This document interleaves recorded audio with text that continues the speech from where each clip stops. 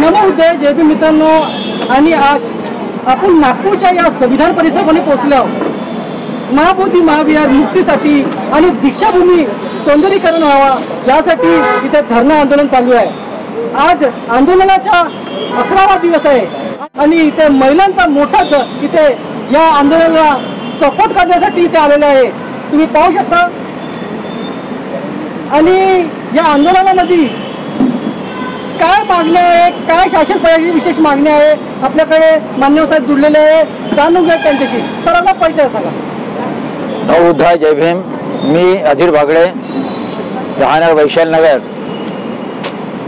नागपूर।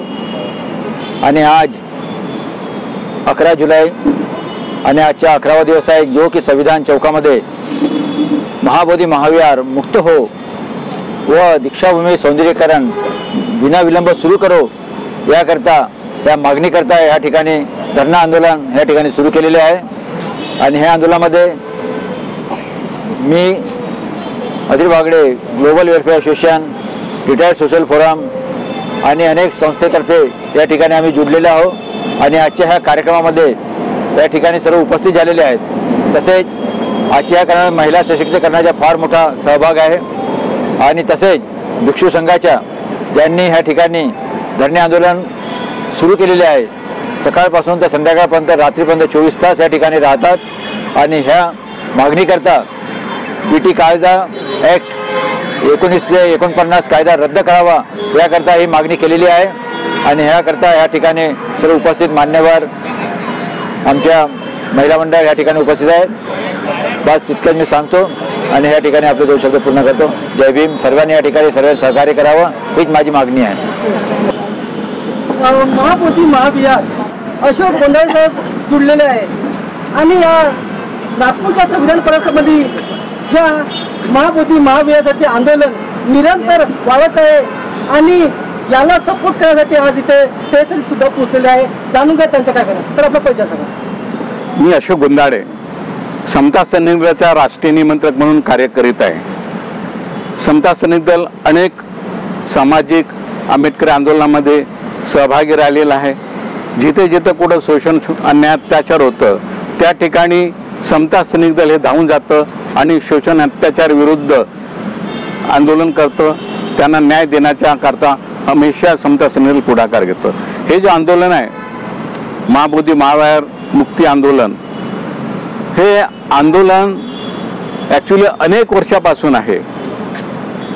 आपणा सर्वांना कल्पना आहे की जो महाबोधी महाविहार जे आहे हे आपल्या अस्मितेचं आस्थेचं स्थान आहे। बुद्धांकरता बुद्ध लोकांच्या आस्थेचे स्थान आहे।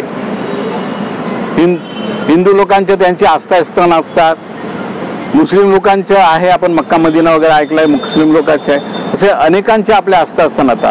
त्याचप्रमाणे बुद्ध लोकांचं हे जे आहे महाबोधी महाविहार हे बुद्ध लोकांचे आस्थास्थान आहे। सर बाकीचे आहेत आस्थास्थान तर त्यांच्या ते आस्थास्थान त्यांच्या कब्जामध्ये आहे, त्यावर त्या लोकांचाच अधिकार आहे।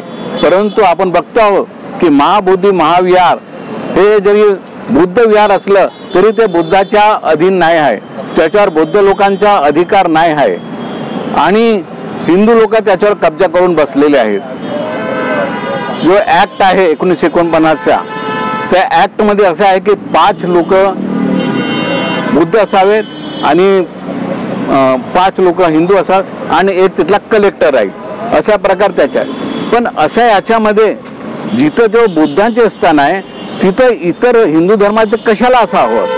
हा जो ॲक्ट आहे हा चुकीचा ॲक्ट आहे। त्याच्यामध्ये हिंदू लोकांचे वास्तव्य नको, हिंदू लोकांच्या कसल्या प्रकारचे नको। त्याच्यात पूर्ण जे बाडी आहे 9 लोकांची, त्या 9 लोकांमध्ये सर्वाच्या सर्व हे बुद्ध लोक असले पाहिजेत। कलेक्टर सुद्धा त्याच्यात नको, आम्हाला कलेक्टरचं काही नाही, हा बुद्ध स्थान आहे। सर्व पूर्ण जे 9 लोकांची बाडी आहे 9 लोक त्याच्यामध्ये बुद्ध असावेत। जे आहे ॲक्ट 1949चा, तो त्याच्यामध्ये 4 लोक हिंदू आहेत, कशाला ते हिंदू लोकांच्या त्याच्यामध्ये असावं। आणि एक कलेक्टर आहे आणि आपण बघतो की कलेक्टर त्यांचाच माणूस असतो, म्हणजे बहुसंघ त्याचे आहे, जे निर्णय घेतात बहुसंघाने तेच आपल्या फेवरचे निर्णय घेतात। बुद्धांच्या त्याच्यात कसल्या प्रकारचं हे नसतं, त्यामुळे त्यांना जसं वाटलं तसं निर्णय घेतात आणि सर्व निर्णय हिंदूच्या याच्यानुसार ते फेवरमध्ये घेतल्या जाते आणि बुद्धाच्या तिथं कसल्या प्रकारचे अस्तित्व नाही आहे, हे आम्हाला अमान्य आहे. तिथं बुद्ध स्थान असल्यामुळं पूर्ण त्या याच्यामध्ये बुद्ध लोकांचेच वर्चस्व असावं, ते बुद्धांच्या अंडरमध्ये असावं, दुसऱ्या कोणाच्या त्याच्यामध्ये हस्तक्षेप नसावा, हा आमचा डिमांड आहे. आणि त्याकरता हे आंदोलन आम्ही सतत राबवित आहोत. समता सैनिक दल हे आंदोलनामध्ये सहभागी आहे आणि हमेशा राहील. जेव्हापर्यंत हे जे मुक्त होणार नाही, जेव्हापर्यंत ॲक्ट चेंज होणार नाही, जेव्हापर्यंत त्याच्यामध्ये पूर्णतः बुद्ध लोकांच्या अंडरमध्ये येणार आहे, तेव्हापर्यंत हे आंदोलन आम्ही सतत चालू ठेवू. आपला सर्व लोकांचा यामध्ये सहभाग आहे, निश्चित महिला लोकांचा सहभाग आहे. मी ज्या ज्याचा सहभाग आहे त्या सर्वांचे अभिनंदन करतो. माझ्या शब्दाने विराम देतो. जय भीम. महाबोधी महाविहारासाठी नागपूरच्या संविधान परिसरामध्ये सतत आंदोलन चालू आहे आणि या आंदोलनामध्ये भिक्खू वर्ग मोठ्या संख्येने सामील झालेला आहे.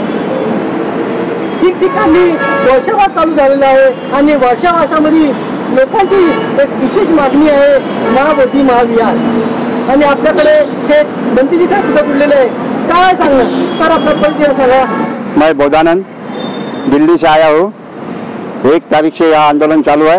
आज 11वां दिन है. आज नागपुर की महिला, यहाँ बौद्ध महिला आए, स्वागत करता हूँ. बौद्ध मंडल के लोग आए, स्वागत करता हूँ. और वर्षावास भी शुरू हो गया कल से. ये वर्षावास और ये आंदोलन दोनों एक संयुक्त लड़ाई चालू हो गया. हमारा वर्षावास भी चालू हो गया कल से और आंदोलन तो ये कई दिनों का चालू है. 150 दिन हो गए.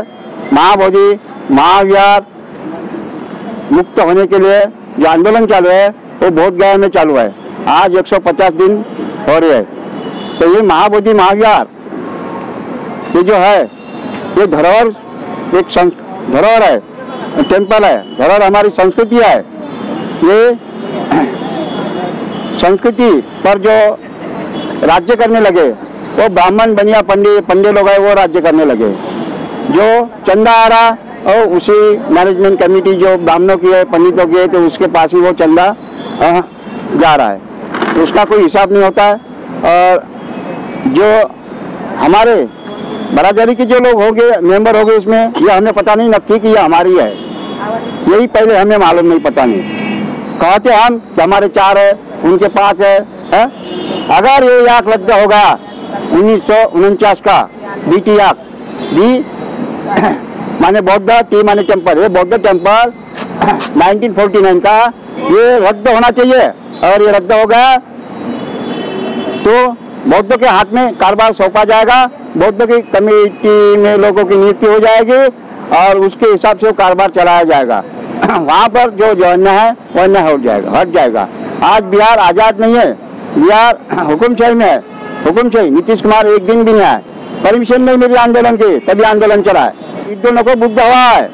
क्या चाहिए हमें? युद्ध नहीं चाहिए, बुद्ध हवा चाहिए. तभी भी आंदोलन हमने बंद नहीं करा. आंदोलन चालू है और चालू रहेगा. ये हमारा 29 तारीख जुलाई को निर्णय हमें मिलना चाहिए, यही हमारी मांग है.